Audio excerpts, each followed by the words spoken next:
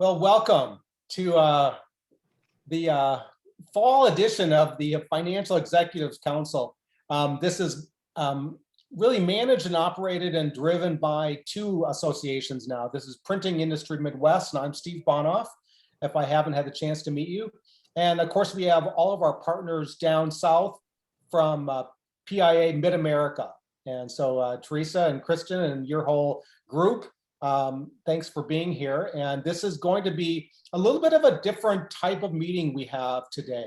The issues that we've been dealing with on the Financial Executive Council have been very data driven. There's been a lot of information to provide.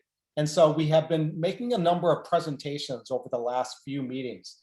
Today, we're going to be talking about some critical issues, and there aren't really a lot of answers. And so that means that you and your organization are the ones that are bringing answers to the table. And we really need to work and hear from each other about what's working, what's not, and give us all the chance to address some of these critical issues. And so that's why this is a meeting format. You're going to have the opportunity to share, and we really hope that you do. I want to introduce the people that we've kind of targeted to make sure that if there's dead silence, we have someone to go to, but I have a feeling that won't happen. We've got our chairs of the group, Mel Enger and Rick Riesgraf and Ken Ryan. Mel and Rick are from LB Carlson. And we've got Ken Ryan from Daily Printing. And then Stephanie, is Stephanie on, Teresa, from, She is registered, but my guess is she may have gotten pulled away. So she's planning to join us. Stephanie Levinsky, who is with Capital Printing in Austin, Texas. Right. And then Teresa Campbell from PIM in America. And then we have two primary topics today. So we're going to be talking about the disruption in the paper supply chain. And so we've got two esteemed leaders who have agreed to share a few data points about what we've been seeing and what we might be seeing in the coming months, specifically as it relates to the disruption in the paper supply chain. So we're going to be starting off with that topic over the next maybe 45 minutes or so, depending upon how the conversation goes. And then we're going to switch gears to the HR issues and the critical labor shortages that we have. And so we've got a number of panelists, people who are willing to chime in. We've got Stephanie Wallen, Director of HR at Daily Printing, Dana Bloyer, Director of HR for NCCO, Debbie Boyd. Now, Debbie, I won't call on you since you've been on vacation, haven't had a chance to see the questions, but I know that you've got a wealth of information and would love to hear from you. And we've got a number of other HR leaders from our region. And then, of course, we do have Lauren Ballman, who is Vice President of HR for Modern Litho from PI Mid-America. So thank you so much for being here. But again, Mel and Rick, maybe I'll give you a chance to start off, and anything you'd like to share before we get underway. Well, thanks, Steve. Not a lot. What you said was well said.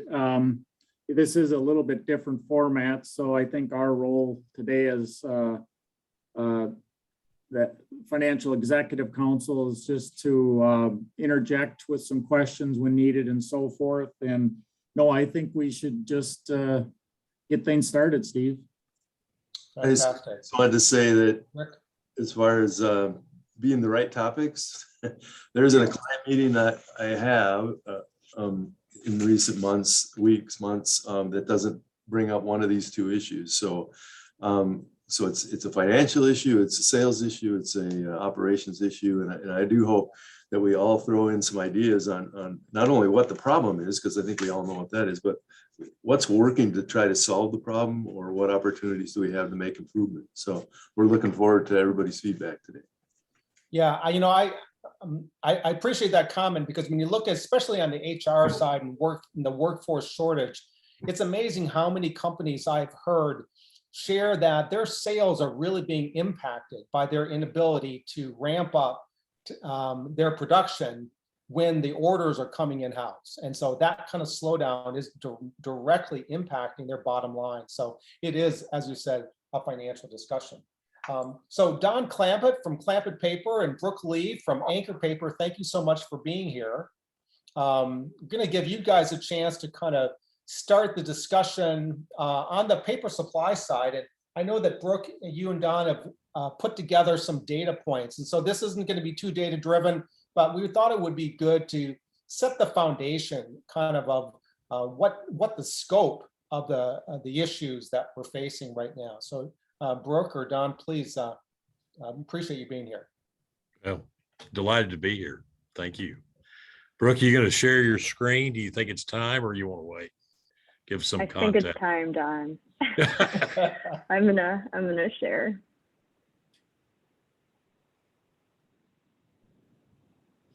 Oh, I'm gonna pop up here to the first slide. So we divided this into two categories. To back up, there are a lot of different factors that are contributing to what's going on with supply chain and pricing. And I'm sure some of you have met with your supply partners and have reviewed several of these contributing factors, but we just thought it would be helpful to kind of give you all a line of sight of what this has looked like through August of this year and what's being forecasted through Q4 and even going into Q1 of 2022. We divvied this up by looking at uncoded free sheet and coded free sheet because while there are a lot of similarities between the two, there are different factors contributing to the challenges in each. So this first slide that you're looking at is really a conglomeration of a snapshot of uncoded free sheet up until the end of August. If you look at this first bit here, you can see capacity changes with several partners. I'm sure that you all recognize IP and Domtar, as well as PCA, otherwise known as Boise.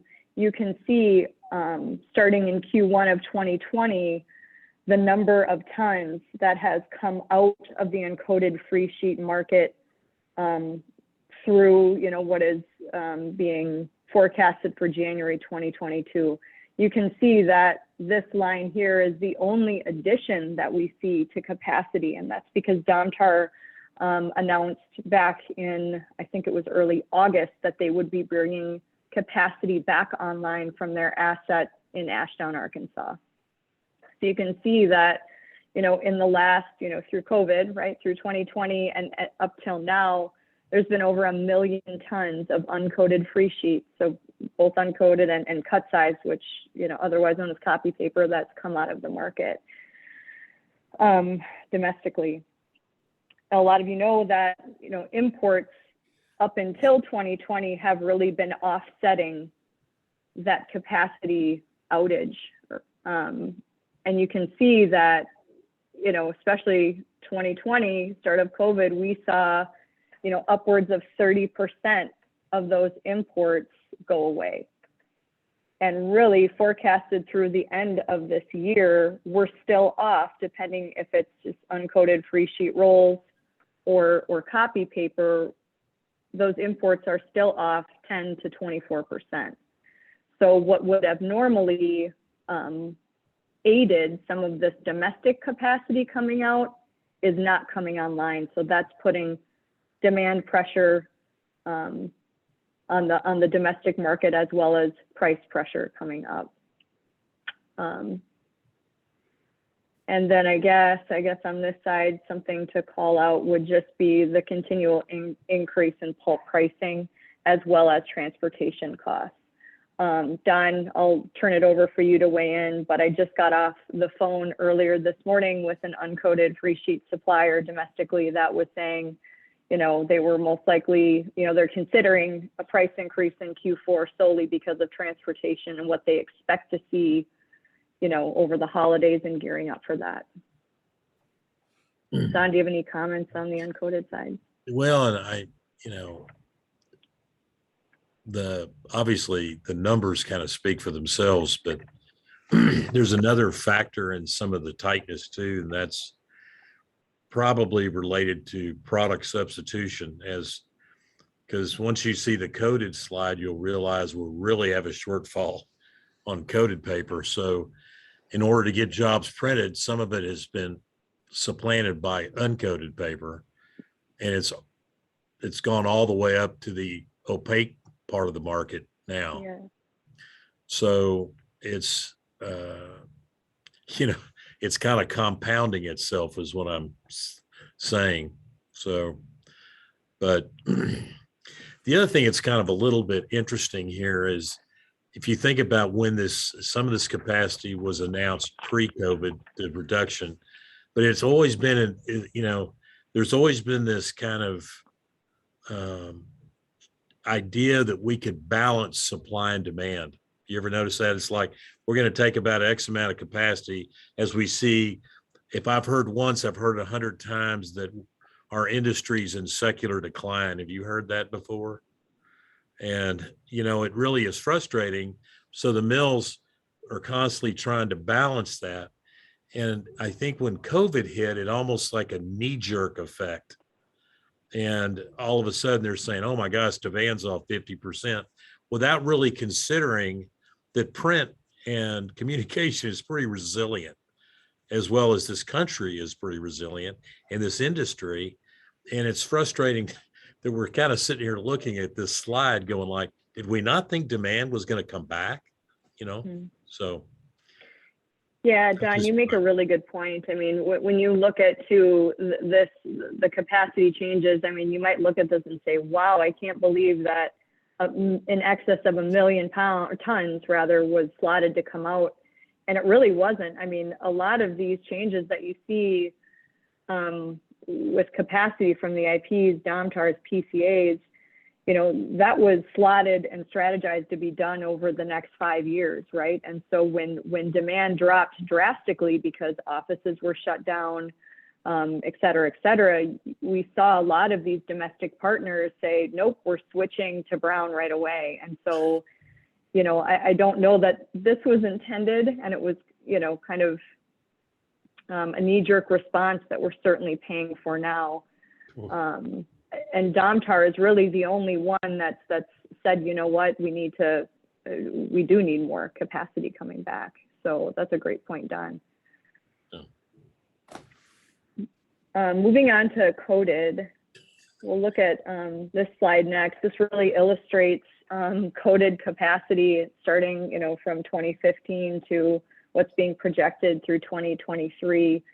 So looking at kind of the bullet points here, 2020, RISI is telling us that capacity shrunk 13% for the reasons mentioned here. We've got a handful of players that either idled machines or converted, making white paper and converting it to brown. We'll see that a further 19% of capacity came out starting in 2021. That's a big number, 32%, coming out of the domestic market. And I guess the good news is it looks like it's going to stay stable. It doesn't appear that there's going to be more capacity coming out domestically, but you could make the argument, and I know Don and I sure would, that, the damage is kind of being felt and has been done, right? Because again, much like the uncoated side, we don't have the imports coming in to eat up that shifted capacity. If you look at just Wisconsin Rapids, there's probably a number of folks that are on this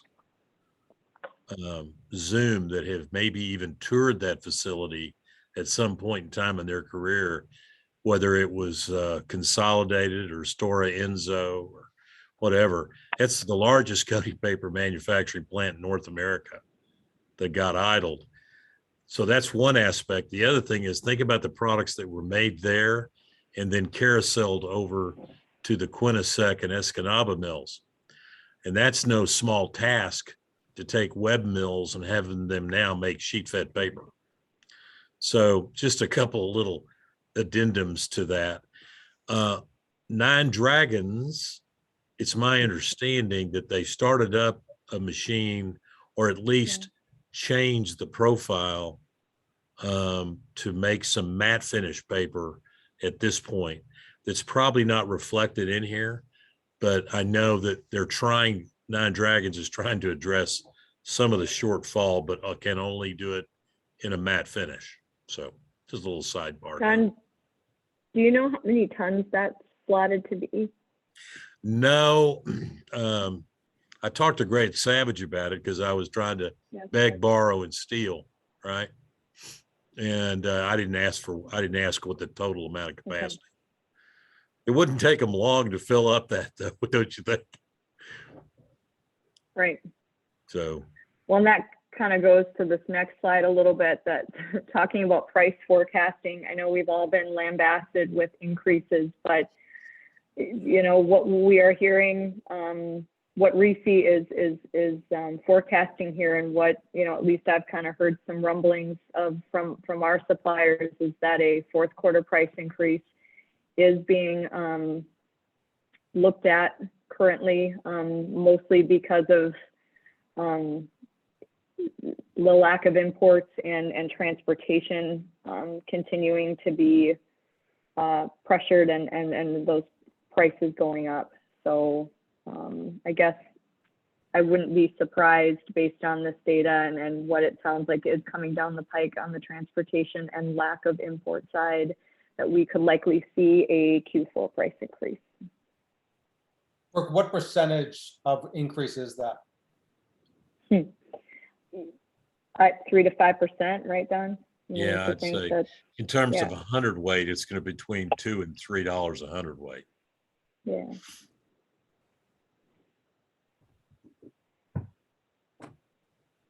And I guess, you know, I hate to continue. I feel like the bearer of bad news, but I mean, from what I'm hearing from a supply chain side, you know, I don't know that any of our current domestic partners are thinking that this will start to loosen up until mid-year 2022.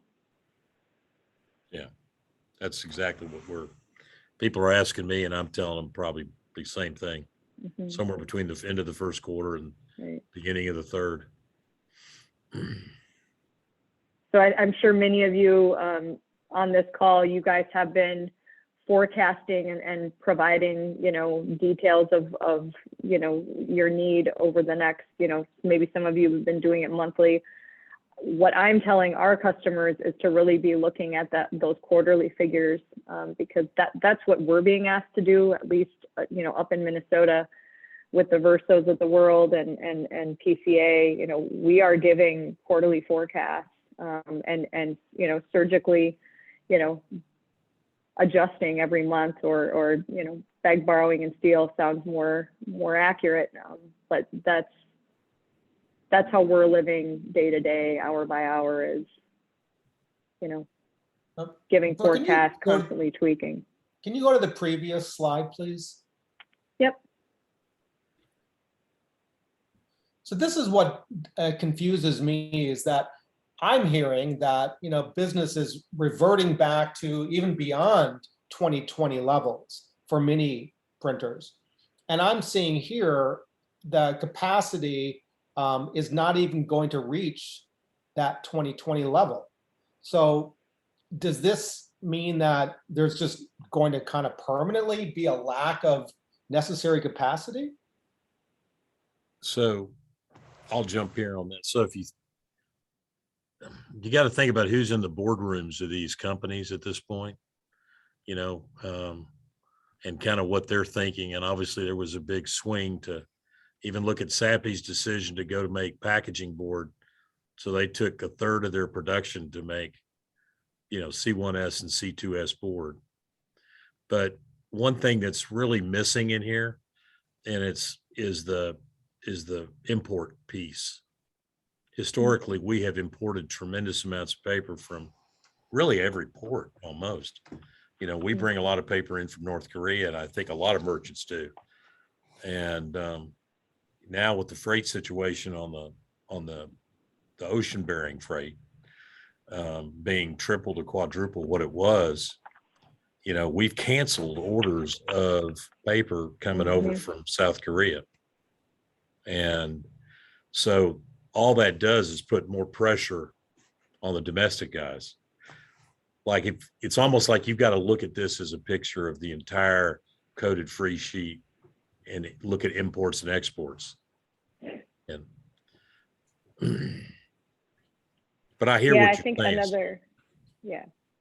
One question for you is, you know, you're talking about Summit becoming a little bit better in the second half of next year. What, and follow on this question too, what tells you that that's going to happen? It doesn't look to me like there's going to be more capacity coming in.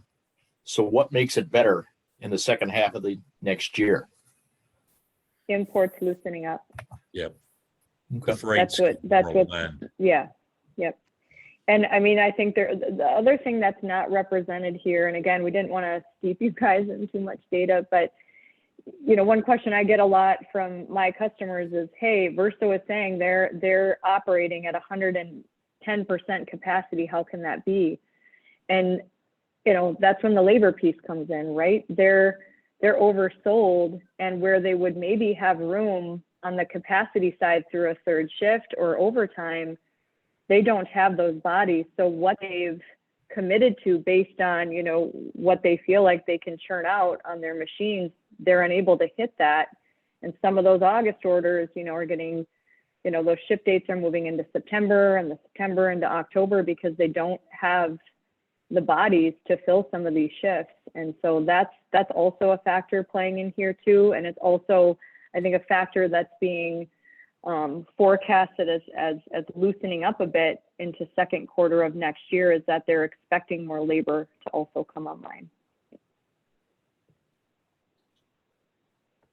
You know, Does that answer something your that Don question? said, I thought was really kind of an eye opener to me, which was that there's this kind of conventional wisdom that there's a decline in the marketplace. And so these companies took capacity offline and now they're maybe not bringing it as much back. Was that a very much domestic thinking? And have you seen that also that thinking, you know, overseas, or is overseas kind of feeling like seeing that they're going to maybe fill the gap? Are they recognizing the domestic decline, and do they see that as an opportunity? I would say yes, overseas does see it as an opportunity, but now just trying to get the paper to the United States is the challenge, you know. And you know, it used to be when you went offshore to get paper, there was generally a $1 a hundredweight to $2 a hundredweight spread between where domestic was and offshore. And today, I think people, as long as you're in the ballpark, as they say, I think they would be. So I think they're even our Korean folks down there and over there said that you know, we've got plenty of paper to sell you. It's just that we've got to give you a freight surcharge. That now that paper ends up being much more expensive than what the traditional economy product has been bringing. Mm-hmm. So here's another thing that's more on the wholesaler side, and that is one thing that keeps me up is, let's just say I double down and bring in a whole bunch of Korean paper at a high price, and let's say this prediction that we hope comes true at the March, April, but I've got all this Korean paper sitting at, let's just pick a number, let's say it's $75, $80. All of a sudden the freight, you know, rectifies itself. And now all of a sudden the market is really more at $65, $70. So now I've got a whole bunch of paper in here. I'm upside down on it.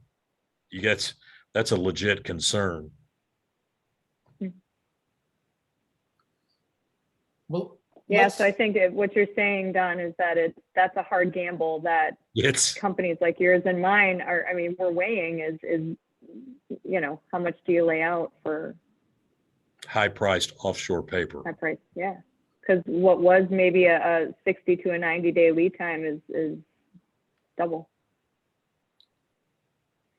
So where is the market going to be? I mean, that's the challenge. So that kind of leads me to the question of hoarding and the toilet paper that you mentioned, Don, the other day. You know, how much, that's a risky thing to do, obviously, for companies to put that much resources and capital into paper. And then there's allocations issues where they're not even capable of bringing in more than they need in many instances. Maybe we can, if we get some people, whether it's you guys or anybody else, want to talk about kind of where they're going from a standpoint of bringing in the necessary paper to serve their needs. Are people bringing weeks in, months in? Is that even possible? What are the recommendations?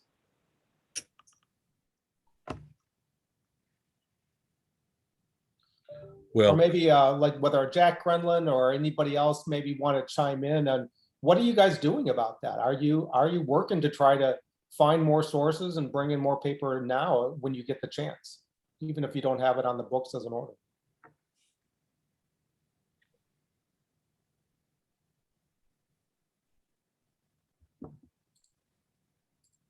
Now, by the way, you can. Well, I will go ahead and answer if you like, and I'll tell you a little bit about what we're doing. Is we are outselling every piece of allocation we have, and we're just buying everything we can find.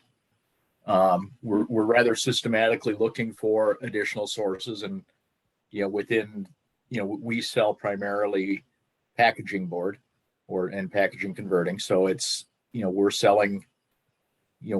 We are willing to buy just about anything at this point because the market demands it and nobody can find paper.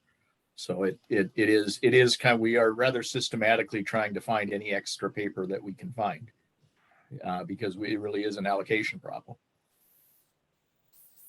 I'll put a little bit of more color on that to add to what Jack's saying. Sorry, I couldn't find my unmute button there for a while. I'm used to Teams, not Zoom, so apologize.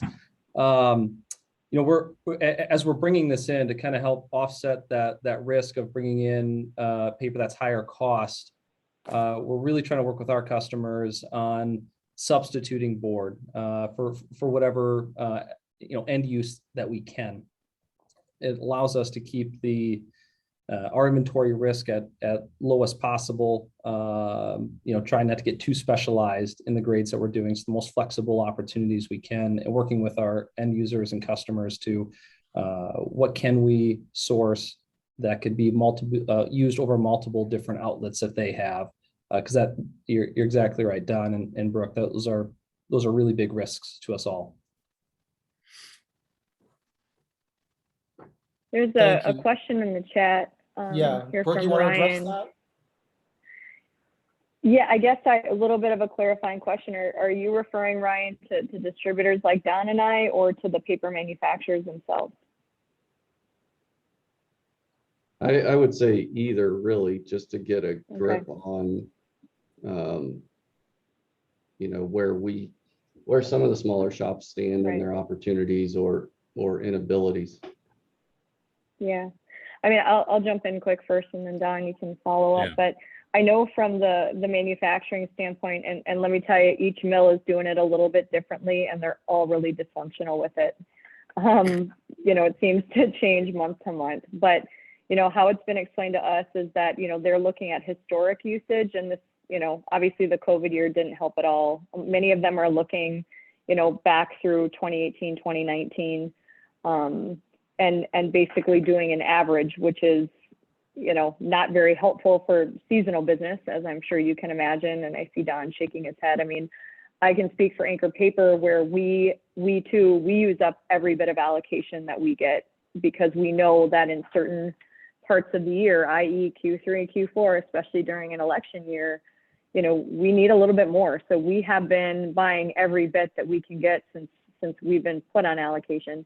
I will also say internally, our customer service and sales teams are, being tasked with really reviewing each order and each request. And we are, to the point where we're sort of internally allocating to our customers and to our stock floor to ensure that, our good bread and butter customers are getting what we need, and it's not being swooped, off our website by, new friends coming in looking for product. But it has been challenging to manage, but we, at least from my standpoint, where we sit at Anchor Paper, we're looking to to, you know, allocate just as the mills are to us. I would have to say that's very much what we're doing. And I had a very interesting conversation with a print sales rep this morning who's looking for 450,000 sheets for a job. She wants to know what kind of timeline she can give her customer to get on press with this catalog. And so the answer that she got initially was November the 18th, subject to allocation, right? And so, you know, we had a conversation today that, you know, maybe it's a situation where you can break this into pieces and parts to where I'm not shipping her all 450 on November the 18th, but I'm getting 100 here and 100 there. It's not the most efficient way, obviously, to have that, you know. I was telling Brooke yesterday, that's something that, you know, as all merchants were like, oh, that's awesome. We'll get it to you off the mill floor tomorrow, right? Or we'll sheet it for you or whatever. And now it's like, well, maybe can I get you 100 on this day and another 100 this day? And, you know, maybe fill the balance out of allocation. You know what I'm saying? So my point is you got to get really creative in terms of how we handle these inquiries. But what we're trying to do is make sure the customers that have historically, you know, been good supporters of Clampett and our companies, that we're there to take care of them. And one is, I think people want to know at the end of the day, you know, this isn't going to last forever. So how you handle it right now is so important, you know, and people want to know at the end of the day that you're giving it everything to find them what they need. So. And I think the fact of it too is that nobody, I mean, whether you're the size of Anchor Paper or Midland or Veritiv, you know, nobody is getting what they need. I mean, we're all kind of getting shorted. And so, I mean, even like, you know, we have a lot of competitors up here in the Twin Cities, and, you know, we actually, you know, we had one order where I know that the printer pulled from 3 of us, and we all worked together to give them a certain amount of allocation to get the order done, but not one of us could have filled it in its entirety. And so I think creativity has kind of been the new black, to Don's point, whether you're combination, taking it off a vendor floor, your own floor, or sheeting it. I mean, both Don's company and mine have those capabilities. I know for us, that's helped us meet a number of different demands, is being able to sheet it. Yeah, we're lucky. Yeah. So there was a question about the little guys that Ryan asked about, and some of them have voiced concerns about minimums and the increase in minimums, and why would you require a larger minimum when there's such a demand on paper? And I know that there's a supply and demand, but can you address that? Minimums? So minimums in terms of how much they have to order, and those prices are going up. And so then they feel like they have to buy more paper than they maybe need and pay more for it, but it wasn't necessarily needed for the job. And it was specifically a smaller printer in the Midwest that was required to purchase more paper, which of course cost more. But then we have this, you know, allocation problem. So you would think minimums wouldn't be. You've got freight to boot, right? So Sure. I think that's probably weighing in on, because we really don't have a minimum order per se, you know. We'll figure out a lot of ways to get customers product, but we don't like to tell them that's not enough paper for you. So yeah. If it is a special size though, I mean, Don, we have a significant partner that just a few weeks ago announced, you know, making order minimum go from 5,000 to 20,000 pounds. So some of this is being dictated by the manufacturer. Oh. And so that, you know, and to your point, Don, we've seen freight service programs change as well. So a lot of times I think, you know, if it's coming from a merchant like an Anchor or a Clampett, you know, a lot of times that we're passing on what we're being hit with. But again, I think Don and I probably are in a little bit of a more unique situation because we can custom sheet. I mean, I know we've put a lot more custom orders across our sheeter in, you know, in the last couple months than we ever have. And some of that has to do with that minimum challenge.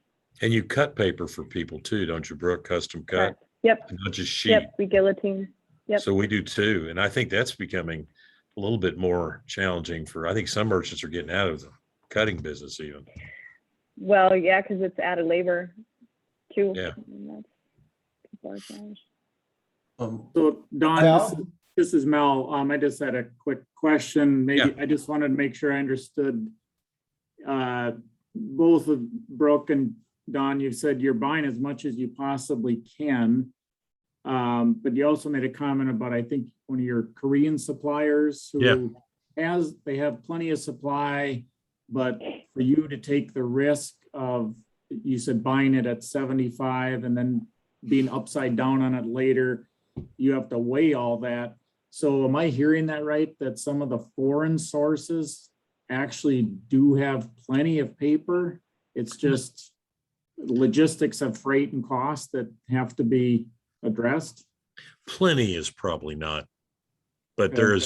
there is available paper for there, because I know we've a lot of the, like for instance, at one point in time, we had over 700 tons in a warehouse at the port in Korea that wasn't shipping because they weren't going to absorb the freight based on the contracted price that we had. So in trying to negotiate that rate with the manufacturer, you know, we never were able to come to a reasonable number. So all of a sudden I'd be bringing paper in here that is more priced like a premium than an economy sheet. That's my on that. But I bring more paper in for that? Yes, I could. Yeah. And so Don, in the big picture, the big Yeah. scheme of things, we've had domestic mills take their fine paper and move it to brown paper. And then to get that paper, we're talking about getting it from a Korean source or foreign source and paying much more for it. Where is the tipping point to say the domestic mills could produce that paper and potentially sell it for less and have it more readily available for domestic buyers? So at some point in time, it would be, we've shut down so much capacity, but some of it can be restarted. That's where I think this question's going. I think, you know, here's a good, interesting comment. I mean, everybody probably caught the Today Show deal on this whole subject. Yes. So now we've made, you know, major news networks on how short this situation is. You know,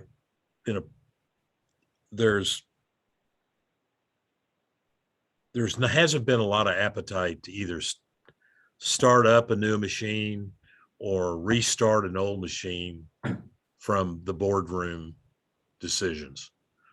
Like I questioned the whole Verso shutdown. I said, why did y'all do that? And I got this answer. It's $15,000 an hour to run a paper mill. I'd never heard that term before, but it told me too that, you know, they're not all paper people sitting in this room making these decisions. So you see, Yeah. Private Verso, I equity. think, has an option, has some ability, I would think, to make some moves like that. I just don't know if they will. Sappi, unfortunately, they've already made a commitment to go into board, which is a good thing, right? It addresses the packaging board needs that are out there. But that market is still tighter than a tick, you know? And I'm not so sure how that's going to improve unless we can get more board in here from overseas. So it feels like we're crippling the ability for Yes. print to grow because they don't have the raw materials that they need, and it's making national news. And where can we go to convince those in those boardrooms to understand this? And this is an economic pressure. I think it starts right here at grassroots movement. And I think the fact that this is being videoed, am I hearing this right? Yeah. Is that we can send this, we can get this in the right, Brooke, we can get this in the right people's hands. And to let them know exactly how deep this problem runs. You know, our goal as paper people, now I'm going to speak for Brooke, is we want to promote print. And we've been sticking to our guns on that for my entire business career. So the last thing I want to do is stifle it. And this is causing a bit of a stifling in my perspective.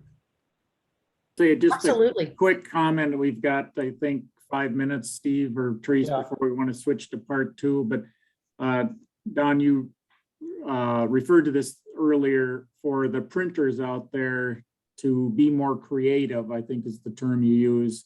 Well, I'm sure they're being creative. We're just yeah. having to suggest things that they might not normally think. Yeah, I didn't know if there was anything you or Brooke wanted to suggest on the creative part. Brooke, you want to take that for a sec?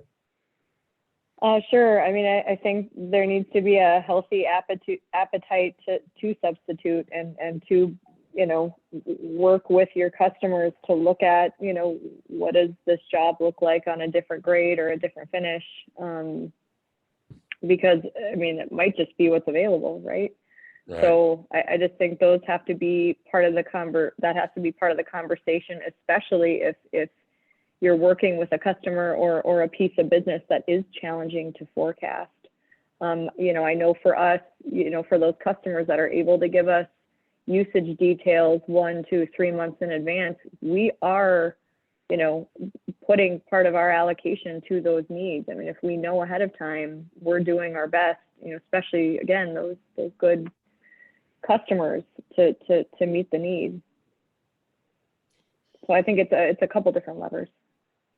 Yeah, I would just add, Mel, to your point that this is a much bigger global problem, and we really need to ring the bells and run it up the flagpole to those that can make a difference. Because yes, we're affecting print and we're affecting paper, but we're also affecting postal, we're affecting mail, we're affecting the global economy where, you know, I have members that say, I need 210,000 sheets.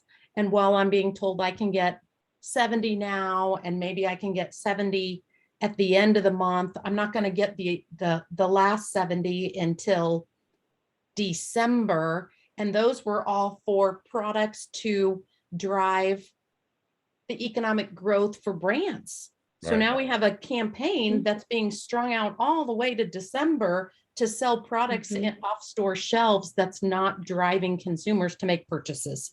And right. that's that global economic impact that is huge. Yeah.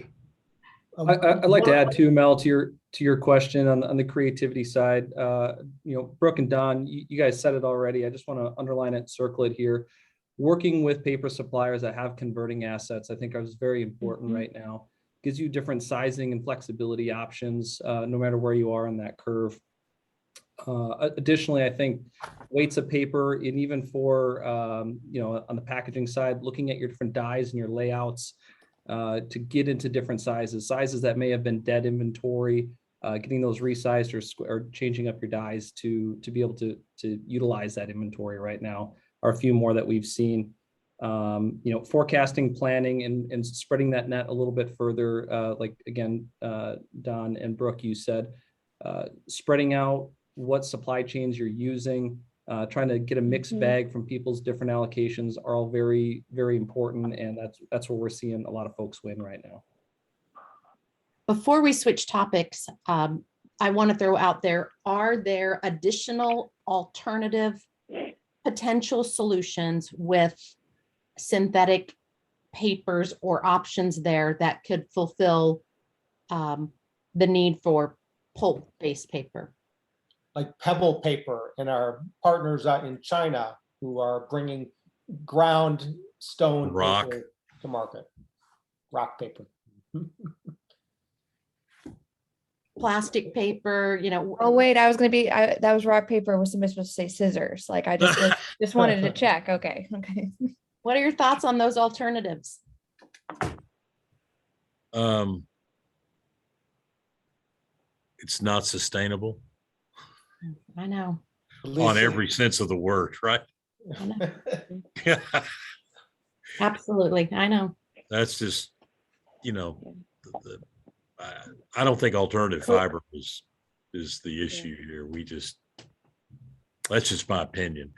I mean, obviously now with paper being so tight, you know, we're talking all kinds of different products, but I don't think that can not be substituted in many of these cases. Are we quantifying exactly how much we're short right now in paper? Is that been quantified in any way?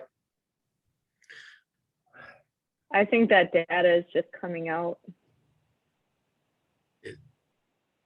If you look at what, 30% down in capacity, right? And then depending on what we are year over year on imports, which is, you can kind of figure out from there where we stand.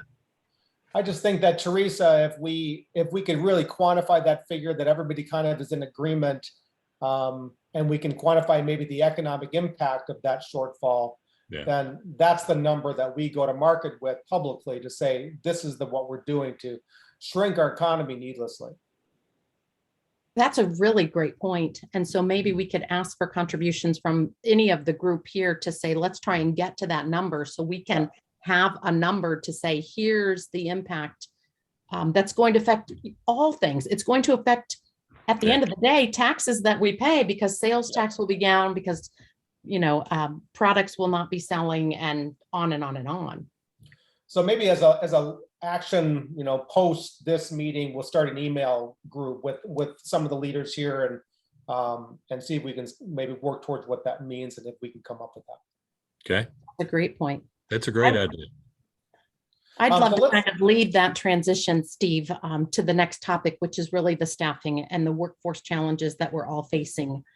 With that said, it does not in any way stop the conversation from supply chain, because with supply chain comes the need for workers to run those paper machines, and not only paper machines, but the biggest impact is in the transportation. So the number one area in the country for manufacturing styles jobs is in trucking, and that's moving those trucks of paper to the regions that need to print it. And that's just one aspect of it, but all of manufacturing is in a workforce crisis, one that they've been predicting for some time. Certainly COVID pushed us there quicker than we anticipated, but I would say I don't have any members that aren't looking to hire today. And how do we be creative in that way as well?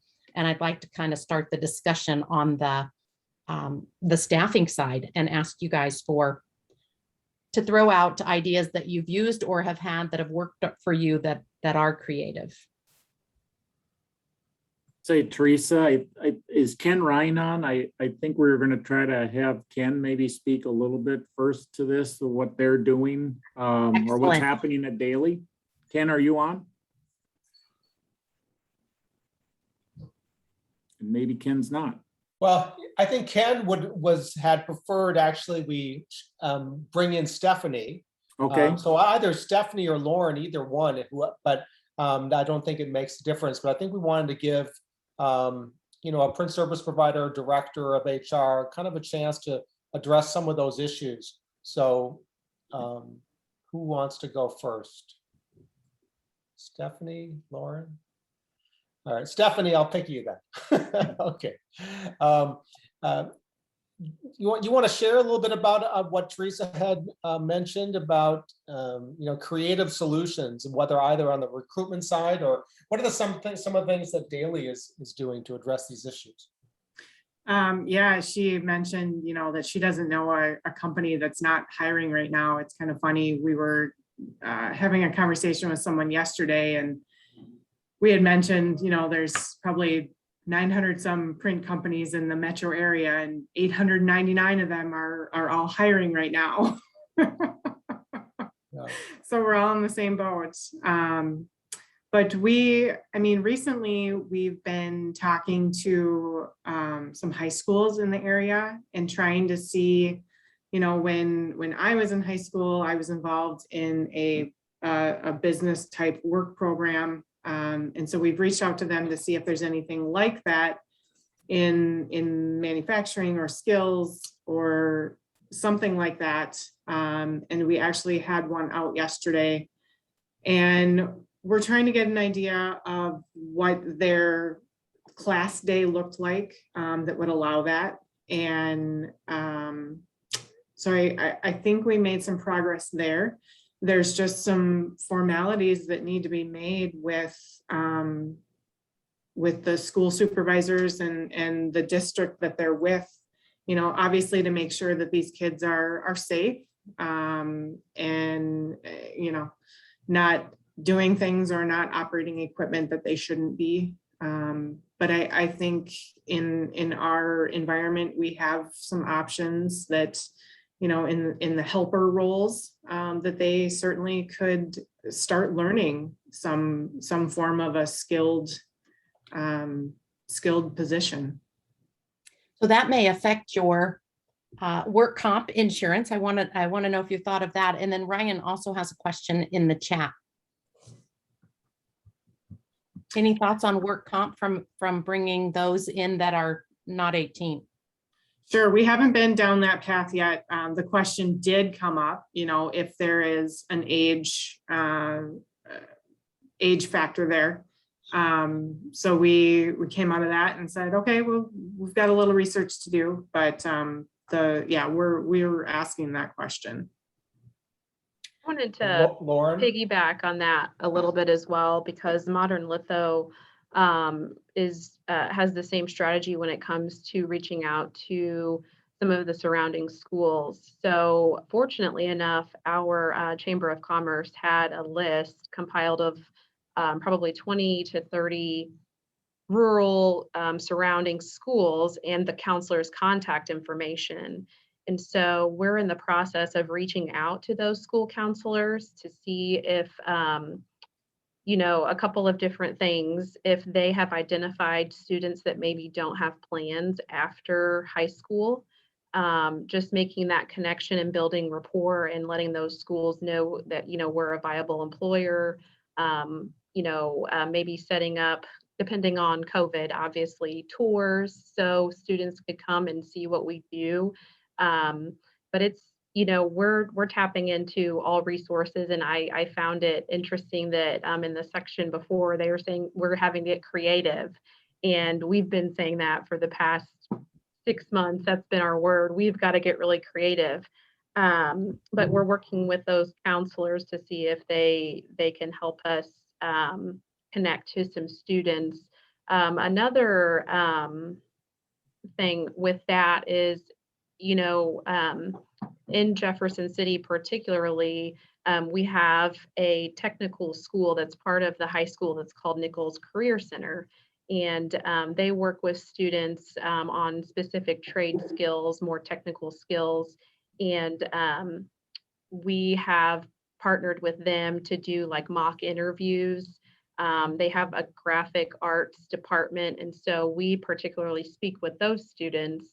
But it gives them some experience, interviewing skills, but also too, it gives us some options. And if they don't know anything about Modern Litho Brown printing, we have them come over, you know, to the company to tour if we feel they would be a good fit. So that's something that we've been doing as well, you know, whenever Stephanie had mentioned working with the schools. Excellent. Brian's question is, what impact do you see the president's vaccine mandate having on increasing the labor shortage problem in our industry? And I'd say it's huge. I will mention to the whole group that the sister affiliates across the nation were working together on that particular topic to make sure everybody knows that that's a really big deal, that it will affect the labor shortage with that mandate. Debbie, you know, I think your company is over 100 employees, I would assume. Is that right? Yes. So are you, you know, how worried are you about this mandate? I am worried about it. I think our employees are talking a little bit more too, you know, and hearing more on the news. It's very early. I try to tell everybody, don't get too excited quite yet. There's a lot to come. I was, like Steve said, I was on vacation last week and my phone just blew up And it was one of those things that's like, just settle down because there's a lot to come with this. But it was interesting when Lauren was talking about being creative. I think accommodating is another one that I would have to say I've added more people to maybe more of a first shift because of accommodations than I ever would before. Maybe different schedules. So it's not only the creative side, but it's, you know, looking at how can we accommodate some of these individuals that are looking to come into our company. That has helped. It's been a different, because you like to put more people on second and third, things like that. And sometimes people are just not able to work those shifts because of kids and other factors. And then another thing we've really increased is our referral bonus. So really giving a very nice bonus to our existing employees if they're bringing folks into our company. That has helped quite a bit recently, but it's been hard. It's been a real struggle. There's not a lot of individuals out there looking. The ones that have started now have been unemployed for a year and a half, and it's tough. It's very tough. Dana, are you at NCCO? Are you dealing with bonuses? Are you providing hiring bonuses, or what's your incentive process, and how are you bringing in being creative? Yes, so we have a referral bonus. It's $300. It's always been that way. We've looked at raising it, definitely. And I don't think it's the monetary amount that people do, why they refer people to us. I think it's our culture, which is great. The other thing we recently did was stay bonuses. So we rewarded our staff $1,000 a piece for anyone under director level. And that was anyone who joined us since July 1 received the $1,000, because it was our thank you, because we've been so busy lately. And then I do have a lot of positions that if we don't use a recruiter, I will offer a signing bonus of $2,000. So it's kind of an incentive for my HR recruiter to find people on her own as well, because it's a boost. It helps us lock in that offer letter being accepted. And is that for all levels? Is that for all levels? That is for all levels. Yes. Okay. Yep. So, and we do pay it with their first paycheck, crossing our fingers they stay. We really have a good thing going here with longevity, so that really hasn't been our issue. But I feel that the president's mandate is having our employees look outside our four walls at opportunities, especially since there's so many openings. They're raising their heads and seeing what else is out there, because there's companies that are having to pay a lot more money to get people in the door. And we're the same. Our IT roles, for just 2 to 3 years of experience out of college, we're paying so much money for a starting salary. And it's just some positions are demanding a lot more because of the tightening of the talent pool. How often are you looking at raising salaries? Is this a constant rolling target?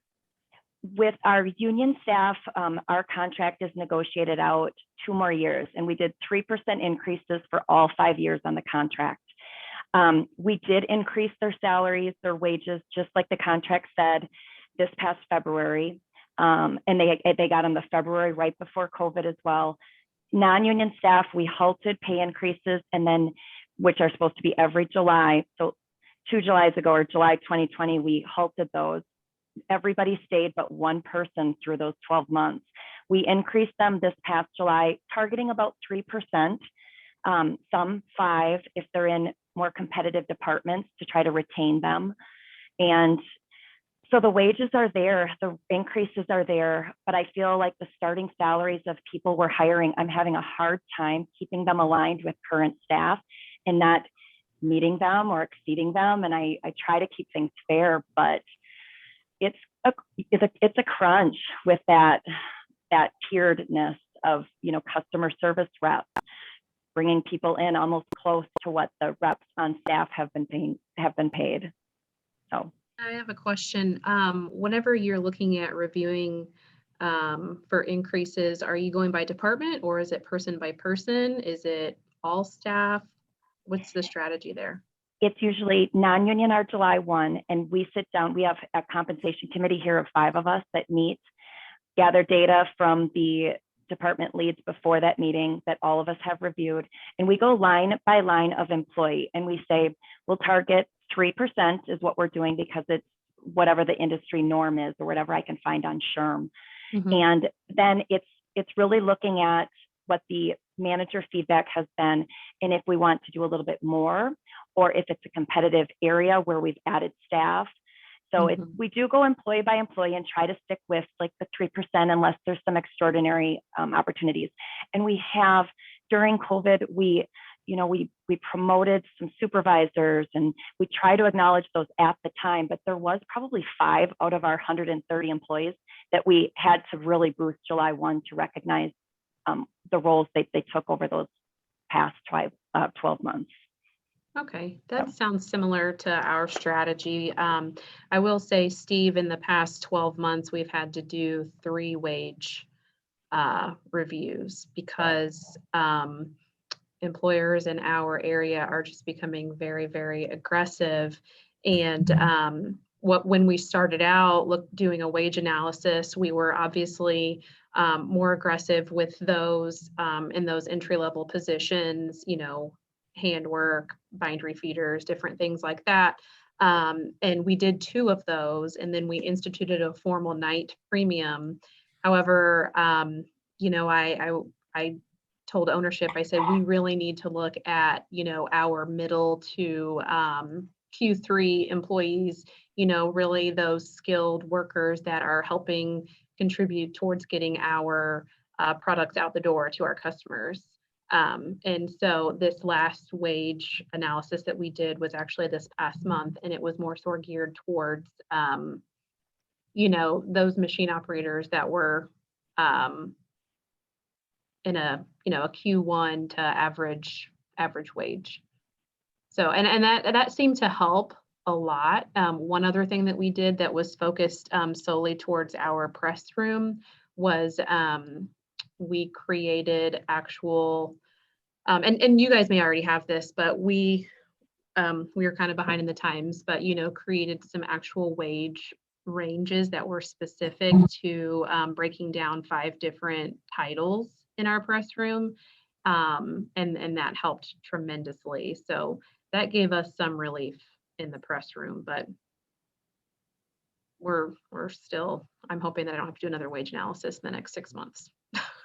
I don't want to put anybody on the spot, but like Stephanie Levinsky as a kind of a co-chair, or Ken, I'm wondering what Lauren was suggesting, and Dana, this is across the board. People are looking at wage increases, and then you've got paper increases that we just heard about in the previous segment.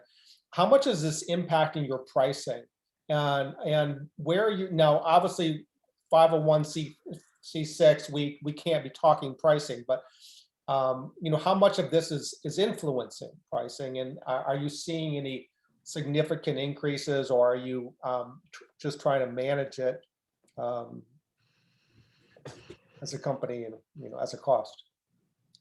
Stephanie, maybe? I would say that definitely we're you're kind of hit and miss. So I would say we're definitely trying to manage it.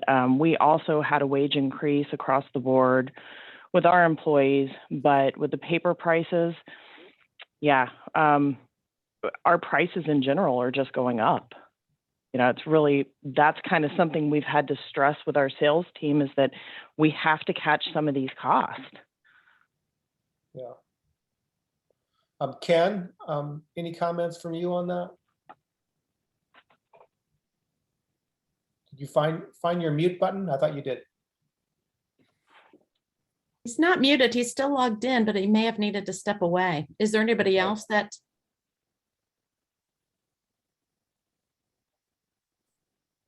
Has it affecting your cost?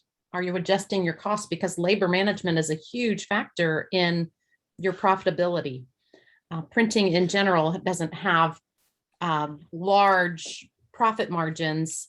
And so being able to manage or control that cost with your pricing is huge.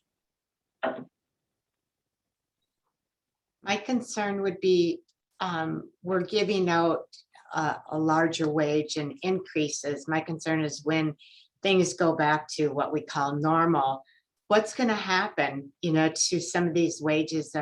There's some A players that are being recruited away and they're being offered $5, $6, $7 more an hour. And sometimes if that's an A player and that's somebody that you really need to keep, you counter that.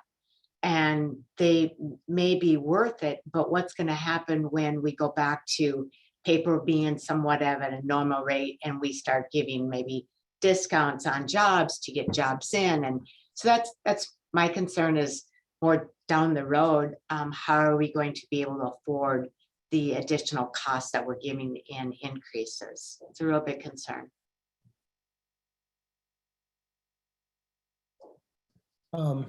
Well, we've got a couple, if we want to shift gears, there's a couple of other topics in the chat, specifically around, and I know, Don, you were interested in this too, kind of the Gen Z, attracting younger workers. One person chatted in that, as most companies, they don't allow cell phone usage on the production floor. Well, for some kids, that seems like a deal breaker. They can't be away from it for more than 5 minutes. So what are you doing? Anybody you want to chime in about what you're doing that might be working to attracting a younger audience, a younger client, younger worker? Steve, this is Kenny. I finally figured it out. One thing we're trying to do is we've identified some younger employees that we want to stick with us, and we're offering them stock in lieu of a cash bonus. Wow. And trying to retain them through that. And hopefully that would become a long-term investment for them and an investment in staying with us. Is that specifically because you're a employee owned?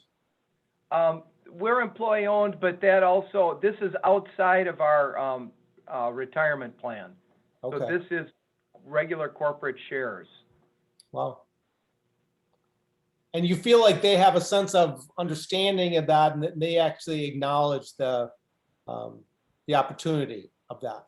The ones that we did tell were quite surprised. Interesting. Great. Ooh. Anybody else tracking young workers?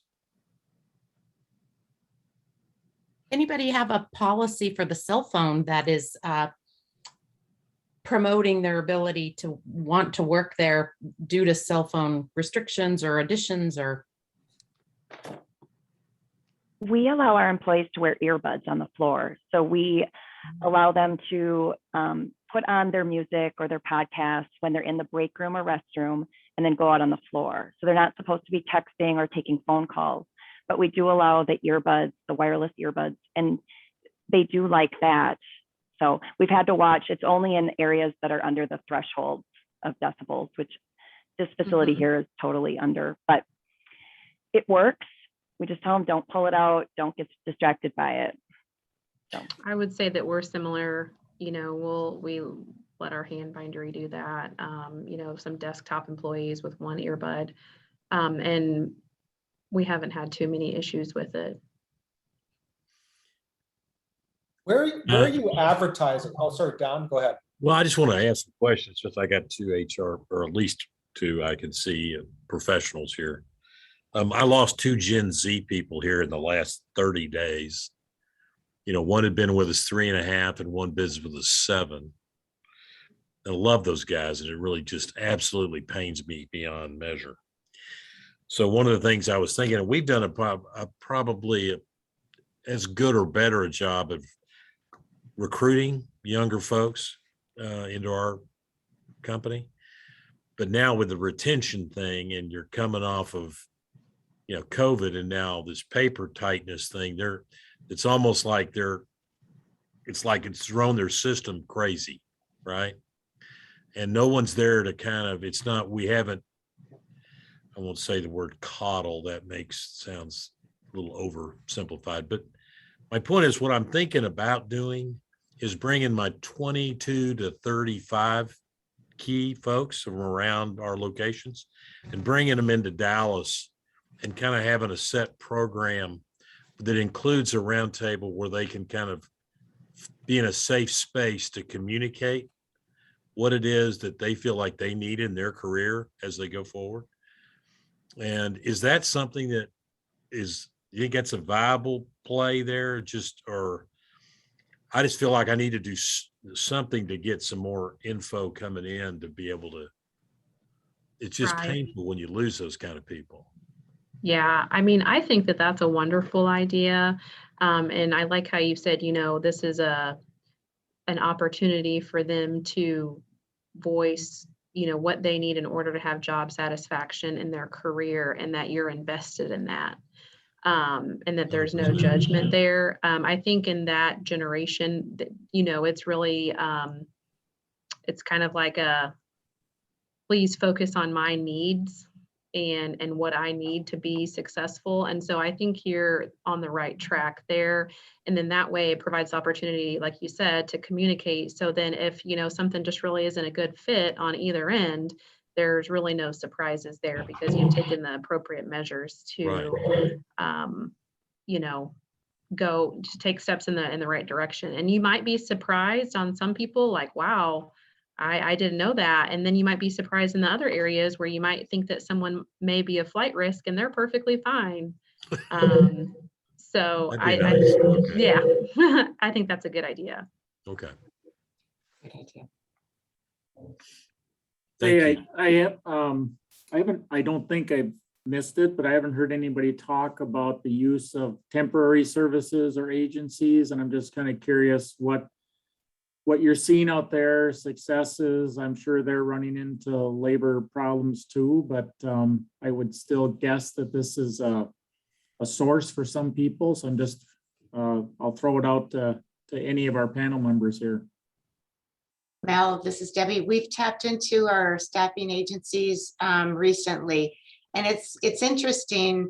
They're not getting the people no differently than we are, but there's a lot of agencies that are going with where they hire or they're placing them full time permanently. So it's not get your hours in. They're looking for right away full-time jobs that they're placing. So it's changing a little bit because it's not really considered temporary staffing anymore. It's more permanent.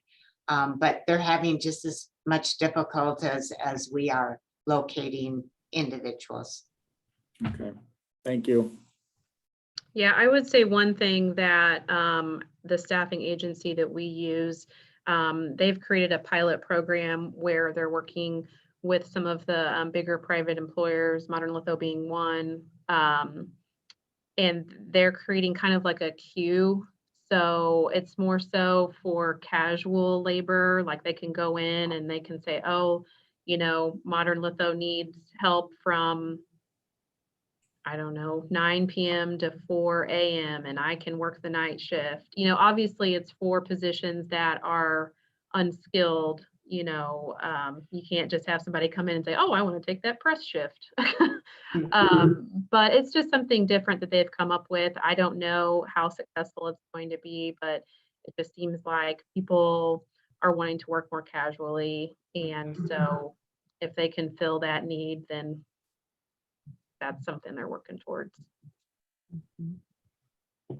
I think that's one of the difficult things about working with temp agencies. Lauren, you kind of touched on it, that some of your roles are more of the unskilled nature, but to go out and find a temp for, a position you might need, there's just so much training time that goes into learning that position that it's just, it's not something that's doable.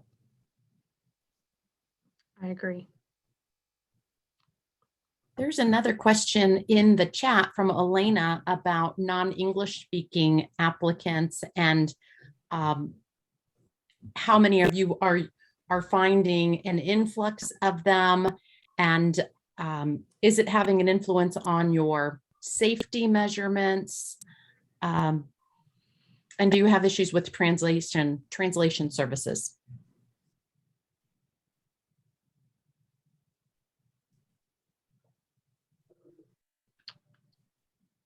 Unfortunately, I don't have that issue right now with any of our plants, but I could definitely see how it would impact safety measures, especially if there's not, the appropriate training that can be completed. I think one thing to consider using as a resource would be, I mean, there's plenty of apps out there. There's Google Translate. Whether you speak into it and it outputs their language, or you type into it and it prints out, if it's work instructions or safety instructions or something like that. I think there's resources available for that. So there's another comment, and I don't know anything about this, so you guys maybe can enlighten us. There's talking about variable staffing, companies like Bacon or Winolo. What are those? Mike Lekas, any question?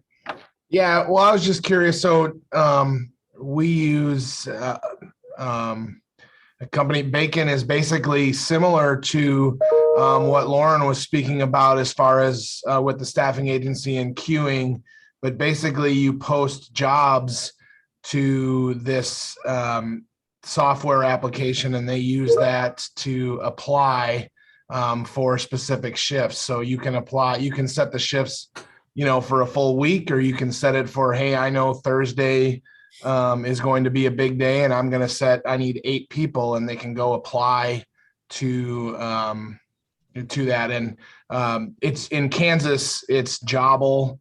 In Wisconsin, I've used Bacon.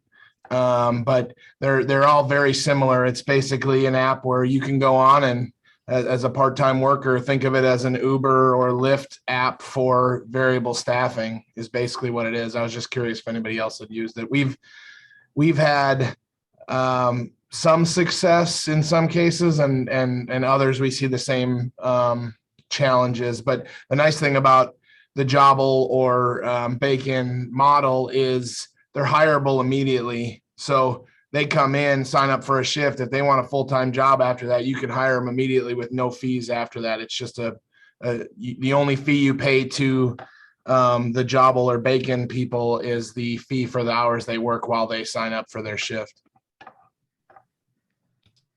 So like a casual pool app without going through a staffing agency or a temp service. Correct. Yeah. How do you spell Jobble, Mike? It's Jobble. Okay, thanks. Thanks, Mike. Very interesting. Mm-hmm. I met with Shutterfly this morning one of the things I asked them about was how they're advertising for jobs, because they have quite a job gap, and they're buying digital billboards, and they're buying digital billboards at urinals and by sides of freeways. So small to large. We don't all have Shutterfly's money. So what kind of creative solutions are people doing to get the word out?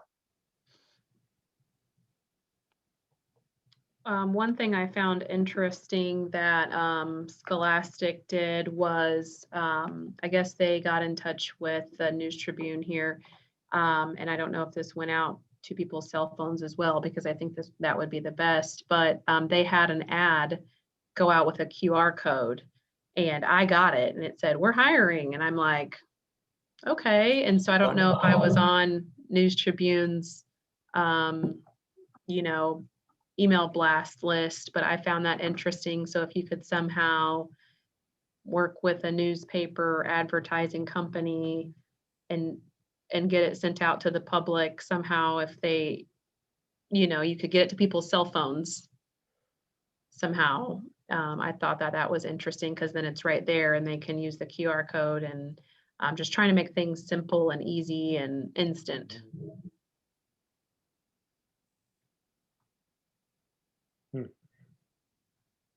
But I don't know how that would happen. I've never heard that, Lauren. You can buy, you can rent, if you have a cell phone, I'm sure you've gotten a political text message. Mhm. And that's because there's a service, one of them is called Hustle, that you can actually go buy usage of getting people's cell phone numbers. You have to send them one at a time. You can't mass send them, but still they're very effective for political campaigns. I've never heard them being used otherwise, but if you could target people and target a particular age group, I could see perhaps it could be an effective tool.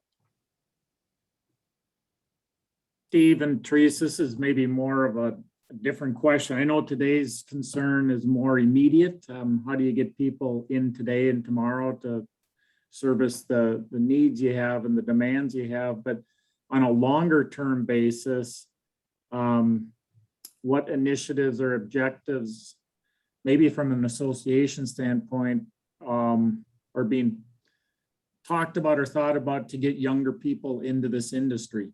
Is that something either one of you could talk about? So Mel, did you must have gotten my $5 that I told you to ask me that question. So yeah, that's one of the reasons why I was at Shutterfly this morning, is to share with them about the campaign that we do have that is called Print is Everywhere. And it's a campaign that's part of the new partnership that Teresa's organization and mine has called printindustries.org. And there's three primary components to it. The first one is recruitment and awareness, and that is Print is Everywhere. You can go to printiseverywhere.com. You'll see that we have video online. There's a kit that you can purchase, and it really describes the value of the 6 primary industries of print, because we're so siloed in how we talk about print. It's commercial and it's packaging, and it's tag and label. When you put it all together, it's a much more powerful story. So that's what we're doing with Print is Everywhere. You'll hear a lot more about it over the coming year. It's a long-term project that we're looking to get the word out and have Print is Everywhere be in high schools, at career fairs, and have it just be a resource for you all as print stakeholders to tell the bigger picture of print. Before you talk to someone about your particular unique needs, as of course you're going to do, but first you have to share with them what the industry is, and that's the support that we're trying to provide. And the second is building out a whole kind of robust career center and a career guide. No offense, but I see people's how they advertise jobs on LinkedIn and Indeed for our industry, and I think it could be a little bit more exciting. So we're trying to talk about careers in a little bit of a different way. You'll see that we've got a start of that at printindustries.org, where we've got a press technician and a finishing technician and a design mechanic, about just trying to talk a little bit about differently about how our careers are being managed today. And this is an advanced manufacturing. These are exciting jobs and exciting technologies, and we need to tell that story a little bit differently. And then training, that's another one where, anybody can bring in a $30 an hour worker. That's not that hard to do. It's harder to bring in a $17 or $18 worker, because you don't have the requisite training to actually get them into your system and be confident that they're going to be a productive employee. So we're developing introductory graphic communications training programs so that you have a curriculum that's already being managed right off the bat with your entry-level workers, and as well as your existing staff, because you all have existing staff, and I don't think it's much of a stretch to say that some of them consider their job as a job, not a career. So what kind of a career path are you keeping your employees on? Are they feeling excited that there's really a growth opportunity and a real structure in place to make that happen? So that's our job, I think, as an association, to build that infrastructure, and that's what we're trying to do. And so again, once we get better job at telling the story and getting out there and telling you how to participate, and that's what we're going to be doing over the next couple of months, bringing that to market and have you have a chance to get access to the Print is Everywhere materials, and then start registering people into our training programs and start bringing career fairs. We want to be helping you go out to a career fair and tell the print story. So we're going to try to facilitate that as well.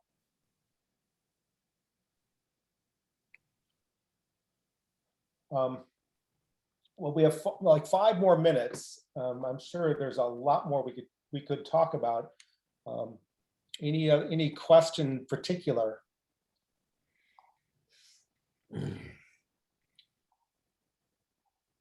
Something to add to Steve's talk about print is everywhere. We are in the process of forming a committee here at John Roberts, and that committee is going to be not only helping with new employees coming in.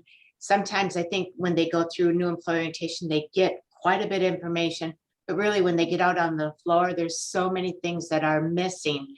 And so this core group is going to be that new employee orientation group to help and assist these new employees throughout their first couple of months so that they really feel welcome and invited in, and they have all the tools and the resources.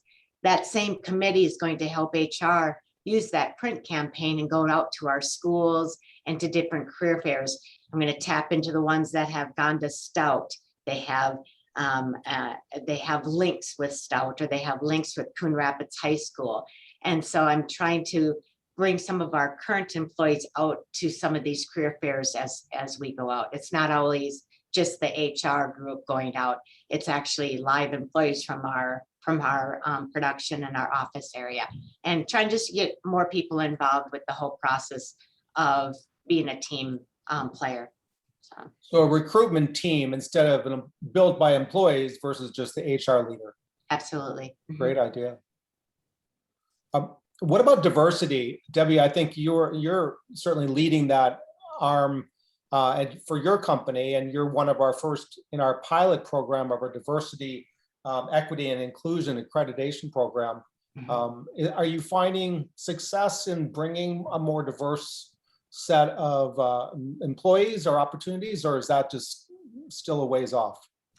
No, actually, I'm just really in the middle of it. I was really excited when PIM threw out their program for it, because it was an initiative of mine from the beginning of the year set. And that's one of my favorite areas, is just bringing in a huge diverse workforce.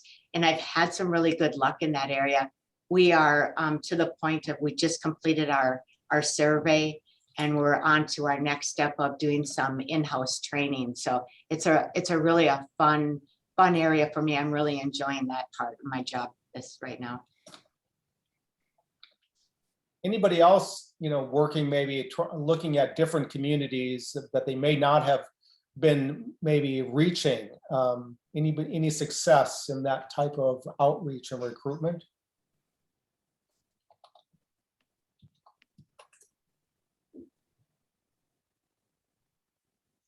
Okay, Mel and Rick, any final words? Any final questions?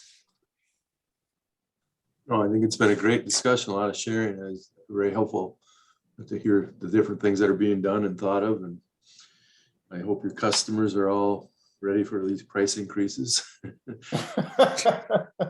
I know we only have a minute or two left, but when you brought up, we were talking about schools later and kids in school and getting them interested in print. And I've always thought that they probably view or perceive print as manufacturing and going to a plant, and you get ink all over yourself, and why would I want to go into that? And I've always thought, boy, you take a busload of high school kids on a field trip to a printing plant like John Roberts and walk them through, and they might say, oh my God, this isn't what I thought.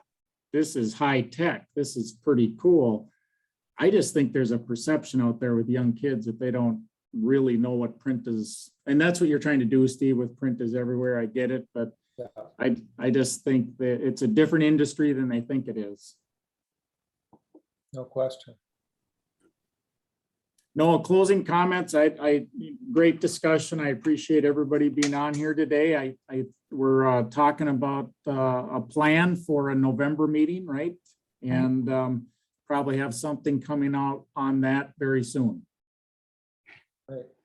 Well, and I want to say thank you to all those that attended, but also specific thanks to those that offered to serve on our panel as experts. Thank you for taking the time out of your busy schedules to make an effort to be here. Much appreciated. Glad to be part of it. Thank you. Well, good- thank you, everyone. We really appreciate it.